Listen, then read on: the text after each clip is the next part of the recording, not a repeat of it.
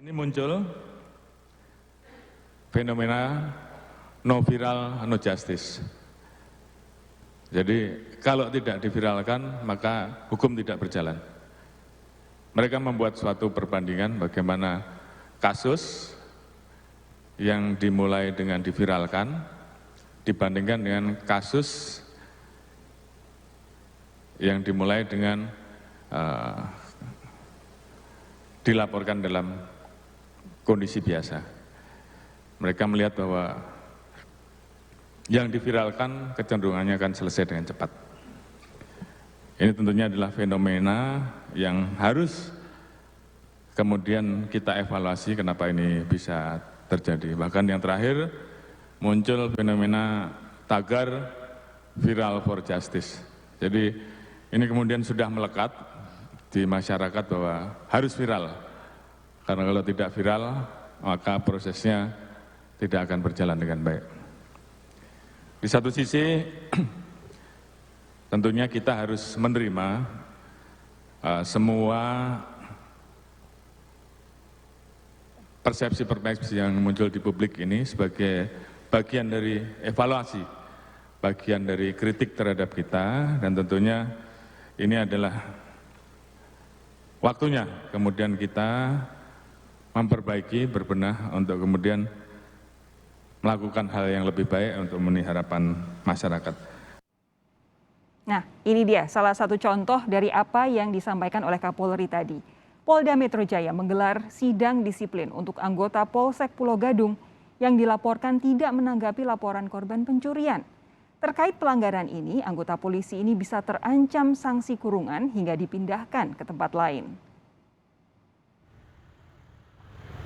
Anggota Polsek Pulau Gadung yang menolak laporan masyarakat korban perampokan menjalani sidang etik dan disiplin.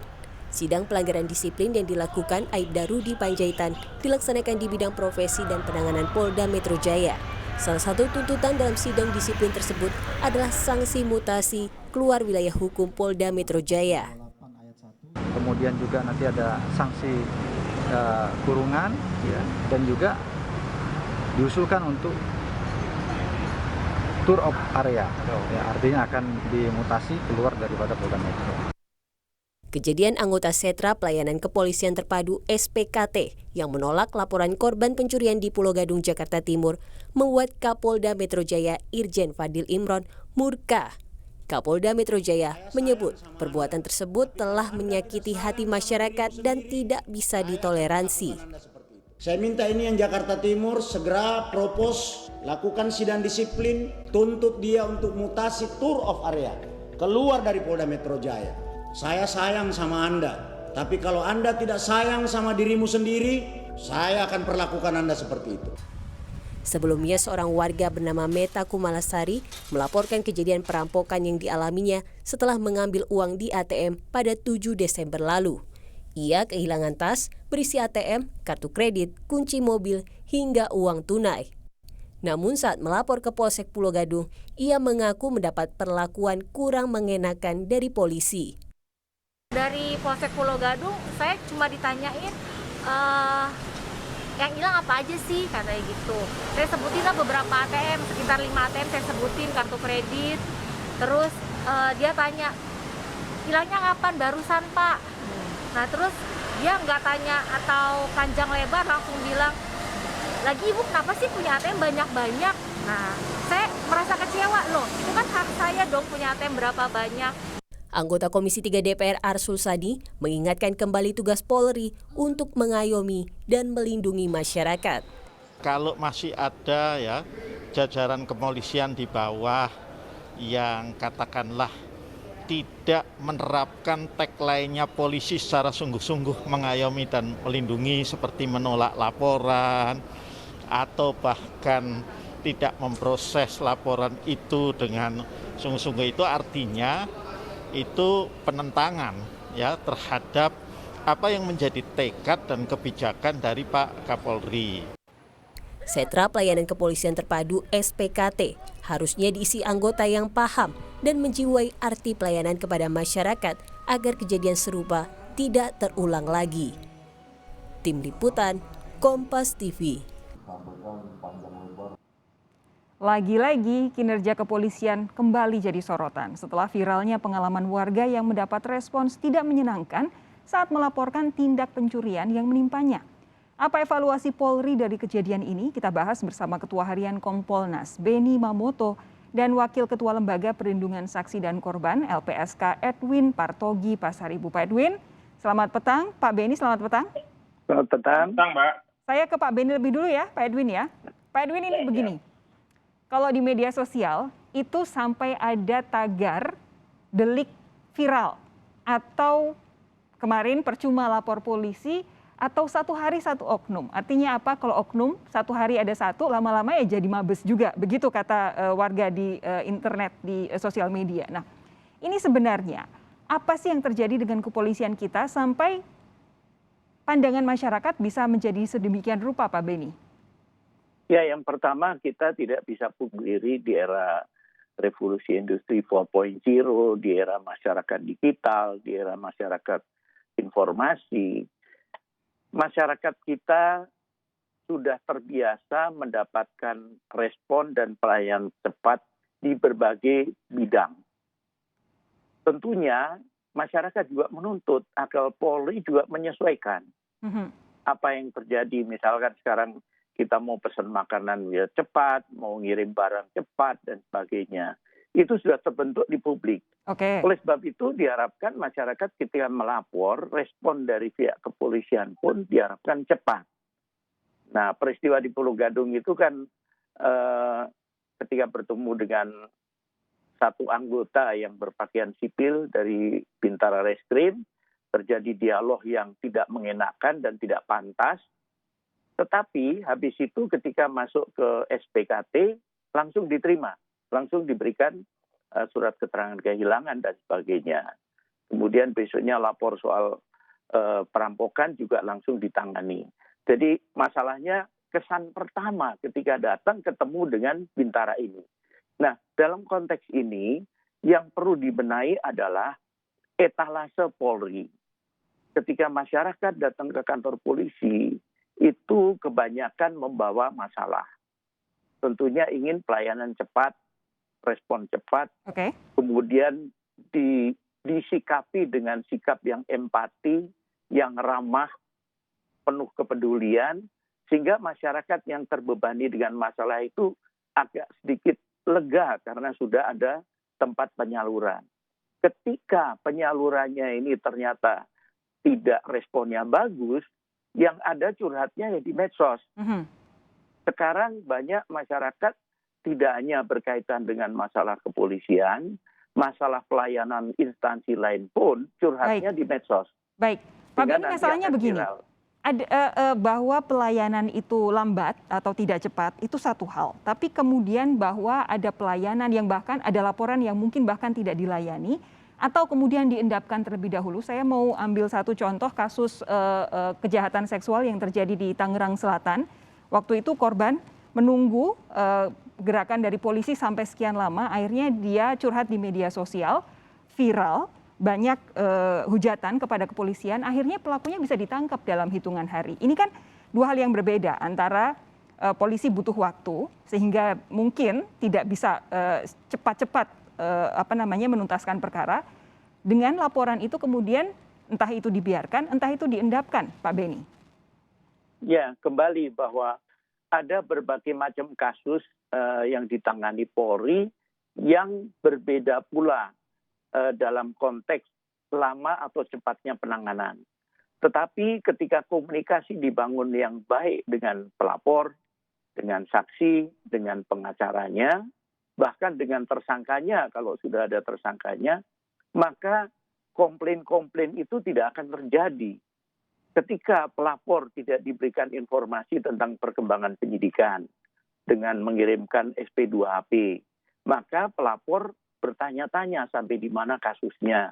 Tetapi kalau diberikan SP2HP, kemudian ditelepon atau di WA bahwa penyidikan sampai di sini, kemudian ada kendala ini dan sebagainya, saya yakin mereka akan menerima. Tetapi ketika tidak ada kabar, dia akan curhat ke medsos. Khususnya kasus-kasus yang menyangkut masalah kekerasan terhadap perempuan dan anak. Ini yang sangat sensitif. Karena apa? Korbannya biasanya baru mau melapor setelah sekian lama. Ya. Bisa seminggu, 2 minggu, bisa satu bulan. Ini pun juga akan mempersulit proses penyidikan. Oleh sebab itu, dalam konteks ini diharapkan Polri cepat tanggap. Baik. Siapapun yang melapor itu segera ditangani, segera direspon, tetapi progresnya perlu dikomunikasikan. Oke. Saya beralih ke Pak Edwin. Pak Edwin, kalau menurut Anda apa yang terjadi dengan kepolisian ketika ada adagium no viral, no justice? Ya, pertama saya ingin menyampaikan apresiasi kepada Kapolri ya. Menurut saya Kapolri cukup peka untuk mendengar tuntutan masyarakat dan ini merupakan tindak lanjut menurut saya dari janji Kapolri ketika di DPR dulu. Jadi memang parameter kepolisian itu secara umum hanya 2 saja, yaitu terciptanya keamanan dan rasa aman. Ya. Kemudian indikatornya yaitu perlindungan bagi keselamatan nyawa dan harta masyarakat. Nah, tapi kan menjabarkan ini kemudian menjadi slogan melindungi, pengayom, dan pelayan masyarakat, itu tugas Polri jadi sangat besar. Ya. Tugas Polri itu menyangkut soal pemeliharaan keamanan dan ketertiban, pencegahan kejahatan, dan penegakan hukum. Pertanyaan yang sering muncul di publik yaitu apakah kapasitas institusional Polri untuk menjalankan ini memadai atau tidak. Nah, ini memang problemnya adalah di satu sisi Polri itu harus humanis berhadapan dengan masyarakat ya yang membutuhkan keamanan dan juga penegakan hukum. Namun di sisi lain juga harus tegas. Ya. Nah, di sisi lain juga yang tidak bisa kita abaikan bahwa kewenangan cukup besar sehingga terjadi kekhawatiran, terjadi peluang terjadinya abuse of power gitu ya. Walaupun juga ada mekanisme pengawasan kontrol yang dilakukan misalnya secara internal ada Kompolnas dan secara eksternal ada publik, ada media massa.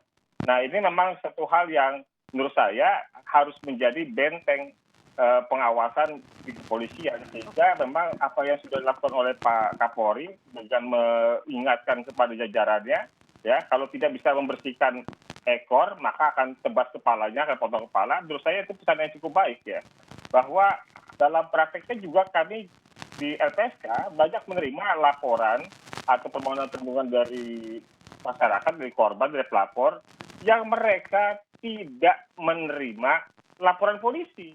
Gitu. Padahal jelas dalam Perkap Polri tahun 2019 tentang penyidikan tindak pidana itu mensyaratkan polisi itu kalau terima laporan harus menerbitkan LP, laporan polisi.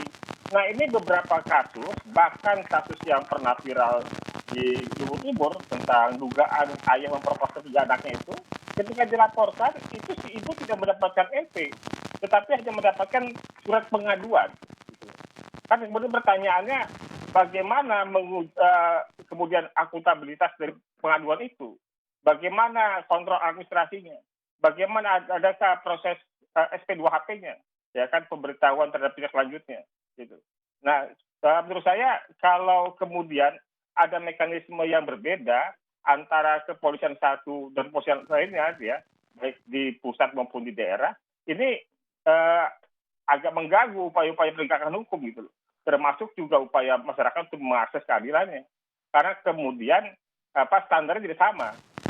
Nah ini misalnya yang harus disamakan standarnya di kepolisian, sebaiknya sepanjang itu dugaannya pidana, dibuatkan saja LP-nya. Gitu. Kalaupun itu kemudian tidak benar, sebenarnya bisa dituntut balik kepada si buat laporan yang tidak benar. Oke, saya akan minta tanggapan Pak Beni. Silakan Pak Beni.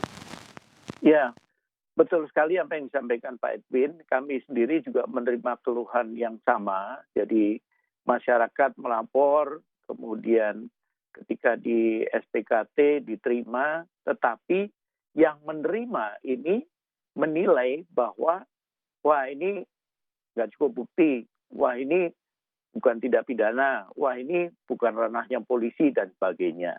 Nah ini tentunya Polri tidak boleh tiba-tiba langsung memutuskan. Perlu dibahas dulu, perlu didiskusikan dulu dengan pihak serse, kemudian dikonsultasikan, dan setelah itu disampaikan ke pelapor secara jelas, secara clear. Karena kalau tidak, si pelapor pasti akan punya penafsiran tersendiri. Pernyataan Sebagai Pak Beni contoh. ini, kalau Pak Beni melihat ya, ini lebih ke arah bahwa polisi tidak secara berkala memberikan laporan. Padahal sebenarnya laporan dari masyarakat itu diproses dengan baik, tapi hanya saja kealpaan ada di soal update, follow up kepada si pelapor. Tapi menurut Pak Edwin, apakah memang masalahnya ada di situ, Pak Edwin? Ya tadi saya sepakat sama Pak Beni, memang ada persoalan administrasi yang berbeda, penanganan yang berbeda. Artinya ada kepolisian memang secara tanggap ketika menerima laporan, kemudian menerbitkan surat laporan, surat tanda bukti laporan. Namun banyak kepolisian juga di daerah yang tidak menerbitkan surat tanda bukti laporan, jadi yang diterbitkan hanya pengaduan. Itu yang kami rasa standarnya harus sama. Karena kalau standarnya tidak sama, konsekuensi terhadap proses hukumnya, yaitu lidik, sidiknya, kami jadi berpotensi menimbulkan kekaburan gitu loh. Bagaimana juga kontrol terhadap pengaduan itu. Kalau kontrol terhadap LP, saya yakin ada mekanismenya di kepolisian, karena itu juga bagian dari Perkap yang tadi saya sampaikan, Perkap nomor 6 tahun 2019 tentang penyidikan ya. Tapi bagaimana tidak lanjut dari sebuah identitas pengaduan yang tidak bernomor gitu loh, ya kan. Nah, termasuk hal lain yang mungkin saja dalam prakteknya kadang-kadang terjadi, ya. Orang menyampaikan laporan ke kepolisian, ya, pada kasus kekerasan seksual misalnya, yang pelakunya itu lebih dari satu. Tetapi ada kalanya juga disebutkan hanya dalam LP tersebut terlapornya satu orang. Nah ini sayangnya kemudian ada juga yang berlanjut pada proses penyidikannya. Pada proses penyidikannya, ya hanya yang tersebut dalam laporan tersebutlah yang kemudian dijadikan tersangka. Padahal dalam ceritanya korban atau pelapor kepada kepolisian bahwa pelakunya lebih dari satu. Tapi hanya karena tertera dalam LP-nya satu nama, kemudian ya menurut saya ada hal yang mungkin kurang pendalaman atau kurang pengawasan sehingga hanya terfokus pada yang tersebut dalam LP saja gitu loh. Oke. Sementara faktanya pelakunya lebih dari satu, misalnya begitu. Tapi dalam kondisi seperti ini Pak Edwin, sebenarnya ada tidak yang bisa dilakukan oleh misalnya pelapor untuk memastikan bahwa laporannya betul-betul ditanggapi selain kemudian curhatnya di medsos, seperti kata Pak Beni tadi? Ya menurut saya yang harus membuka dirinya Polri-nya, bukan masyarakatnya. Oke. Ya, karena memang kan tadi slogan Polri itu kan pelindung, pengayom, pelayang, ya kan? Itu kan harus diimplementasikan dalam kerja kerjanya, gitu loh. Menurut saya ini bisa saja dilakukan oleh Polri, sebagaimana juga program Pak Listio ya, ketika juga menjadikan hal itu di depan di DPR, ya, yaitu harus membuka diri untuk menerima atau membuka ruang publik komplain, ya, yang lebih bisa diakses mudah oleh masyarakat, Baik. yang akuntabel dan juga adaptif dengan perkembangan teknologi. Kemudian kan sebenarnya Kapolri punya staf ahli dari kalangan masyarakat, dari kalangan akademisi, termasuk ada Kompolnas. Dibuka ruang saja akses masyarakat ke Kapolri lewat para staf ahli, lewat Kompolnas untuk menyampaikan komplain-komplain itu juga gitu. Jadi ada mekanisme yang institusional, dalam arti kata ada fungsi Irwasum, Irwasda di situ dan pengawasan penyidikan ya. Tapi juga ada fungsi yang lain yang sebenarnya tangan kanan Kapolri, misalnya staf ahli Kapolri atau pengawasan Polri yang dilakukan Kompolnas, itu memang harus secara mekanisme harus dibuka untuk memudahkan masyarakat melaporkan baik secara langsung maupun secara online ya. Baik. Nah, termasuk menurut saya yang juga harus dikedepankan ya, bagaimana mendekatkan polisi ini dengan masyarakat gitu. Karena tadi tugasnya melindungi, mengayomi dan melayani, sebaiknya Kapolri, jajaran pusat dan hingga kecamatan itu didorong untuk rajin bersilaturahmi dengan masyarakat. Baik. Ya, langsung mengetahui problem-problem yang ada di masyarakat. Pak Edwin, gitu. sebentar Ya. harus saya potong dulu karena kita harus jeda sejenak, tapi sesaat lagi akan saya tanyakan baik kepada Pak Edwin maupun Pak Beni, sebenarnya apakah cukup hanya dengan Kapolri mengingatkan, hanya dengan Kapolda menegur secara keras untuk memperbaiki cara polisi menerima laporan dari masyarakat. Sesaat lagi